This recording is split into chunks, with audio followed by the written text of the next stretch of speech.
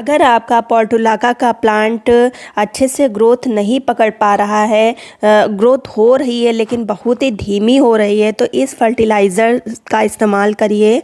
15-20 दिन में ही आपका प्लांटर इस नई ग्रोथ से भर जाएगा। बहुत ज़रूरी केयर टिप्स इससे रिलेटेड जो मैंने आगे बताई हैं, उनको अगर फॉलो करेंगे तो आपके भी प्लांट में ऐसे ही फ्लावरिंग होगी।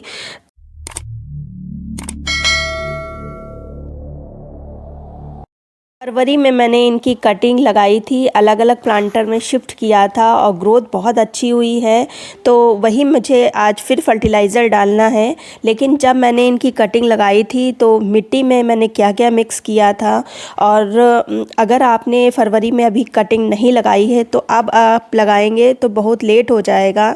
तो इससे अच्छा है आप नर्सरी में इसके 5-5 या 10-10 रुपए की सीडलिंग मिल जाएगी। छोटे छोटे प्लांट आपको मिल जाएंगे तो वो आप लगा सकते हैं। उसमें रूट पहले से ही बनी होती हैं तो आसानी से वो आपके प्लांटर में लग जाएगी और बहुत ही जल्दी ग्रोथ भी पकड़ने लगेगी। तो आप जो प्लांट भी ला सकते हैं तो वो फ्लावरिंग भी पता चल जाएगा कि कौन से कलर का फ्लावर आएगा।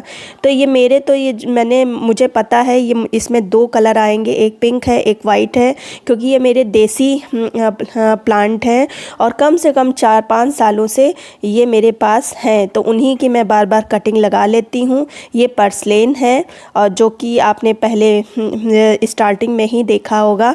इसमें भी 2 कलर हैं और 2 प्लांट हैं, एक येलो है और एक पिंक है। और इसमें तो 1-2 कलियां भी आ गई हैं जिनको मुझे हटाना है, क्योंकि अभी मुझे अच्छी ग्रोथ चाहिए, ना कि फ्लावर। तो सबसे पहले अगर आप न्यू प्लांट लाने जा रहे हैं तो मिट्टी का आप विशेष ध्यान रखिएगा, क्योंकि ये सर्कुलेंट फैमिली से बिलोंग करता है पौधा, और ओवर वाटरिंग से ही हमेशा ख़राब होता है। और अगर बारिश की अगर 1-2 बूंद भी पड़ जाती है तो ये बहुत ही जल्दी ख़राब होने लगता है। हाँ, देसी प्लांट है तो उसमें ज़्यादा इफ़ेक्ट नहीं पड़ता, लेकिन अगर हाइब्रिड है तो उसमें जो रेन का पानी होता है वो बहुत ही जल्दी उसमें फंगस लगा देता है। तो इस चीज़ का ध्यान रखिए। आप मिट्टी बहुत ही अच्छी बनाइए जिससे पानी पड़े और तुरंत निकल जाए। मिट्टी में मैंने क्या क्या मिलाया है, तो जब मैंने लगाया था तो इसमें गोबर की खाद, कोकोपीट और जो सैंड होती है उसको, और जो नॉर्मल सॉइल होती है, चारों को मिक्स करके मैंने ये कटिंग लगाई थी। और दूसरी बात, इस प्लांट को आप हमेशा जहाँ पर डायरेक्ट सनलाइट मिल रही हो, जहाँ पर सूर्य की रोशनी डायरेक्ट पड़ रही हो, वहीं पर रखिए। वहीं पर ये प्लांट अच्छे से परफॉर्म करेगा, अच्छे से ये ग्रोथ करेगा और फिर उसमें जम के फ्लावरिंग होगी। क्योंकि ये आपने देखा होगा, सन निकलता है तभी इसमें फ्लावरिंग होती है, और शाम होते होते इसके फ्लावर, शाम क्या, सूर्य ढलते ढलते इसमें फ्लावर बंद हो जाते हैं। तो इसीलिए ये फुल सनलाइट का पौधा है, तो धूप अच्छे से दिखाएंगे तभी इसमें फ्लावरिंग आपको मिलेगी।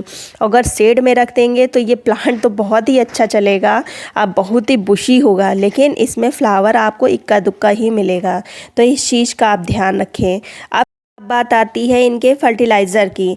तो फर्टिलाइज़र अभी प्लांट ने अच्छे से ग्रोथ नहीं किया है, अभी इसको फ्लावरिंग वाली फर्टिलाइज़र देना बेकार है।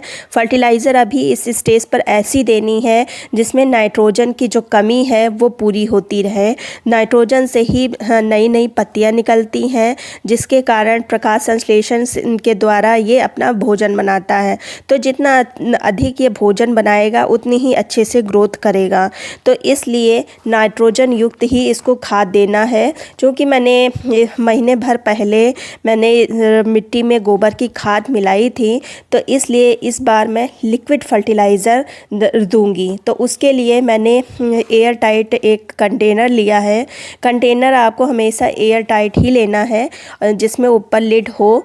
तो ये मैंने लिया है और फिर इसमें मैंने 1 गिलास पानी डाला है, और इसमें जो मैंने पहली चीज़ डाली है वो है सरसों की खली। सरसों की खली मैंने बहुत ही कम डाली है, और जो चीज़ें डालनी है वो जब फर्मेंट हो जाएगी 3 दिन के बाद, तब हम इधर दूसरी चीज़ डालेंगे। और इसको मैं कहाँ रखती हूँ, चलिए मैं आपको बताती हूँ अपने फर्टिलाइज़र को कहाँ रखती हूँ। तो ये जो प्लांट्स हैं आप देख रहे हैं, बड़े प्लांट्स के नीचे मैं अपने फर्टिलाइज़र रख देती हूँ और इससे शेड भी मिलता है और अच्छे से फर्मेंट भी हो जाता है। फिर मिलते हैं, फर्टिलाइज़र हम उठा लेते हैं और प्लांट्स पर डाल देते हैं, लेकिन उसके पहले क्या क्या चीज़ और मिक्स करनी है। तो ये देखिए ये बनके तैयार है और बीच बीच में मैं इसको हिलाती रही हूँ। डिब्बा को शेक कर दिया था तो अपने आप ही हिल जाता है। और इसको अब हम निकालेंगे और ऊपर का सिर्फ पानी ही यूज़ करना है। तो 1/3 मैंने ये लिया है और वो जो बाकी है ये मैं वाटर लूँगी। बहुत ही हल्का यूज़ करना है। इस फर्टिलाइज़र को आप मई तक आराम से यूज़ कर सकते हैं, लेकिन यूज़ करने का तरीका आपको बहुत ही हल्का लेना है, ज़्यादा गाढ़ा नहीं लेना है और ज़्यादा दिन तक फर्मेंट भी इसको नहीं करना है। 2 दिन काफ़ी है क्योंकि अब थोड़ी सी गर्मी भी पड़ने लगी है। फिर जो दूसरी चीज़ लेनी है ये है DAP। DAP ये वाटर सॉल्युबल है, तो इसको हमने देख रहे हैं, आप क्वांटिटी देख रहे हैं, बस इतनी ही लेनी है।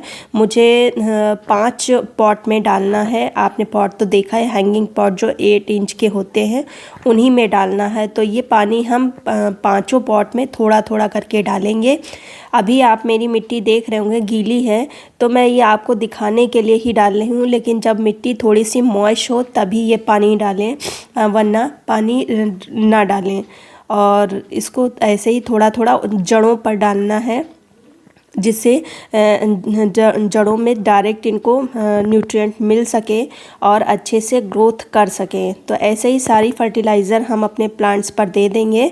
और जो ये बचता है इसको अब ये जो बचा हुआ है इसमें खूब सारा पानी मिक्स करके मैं और प्लांट्स को दे दूंगी, लेकिन अब ज़्यादा दिन तक इसको मैं नहीं रखूंगी।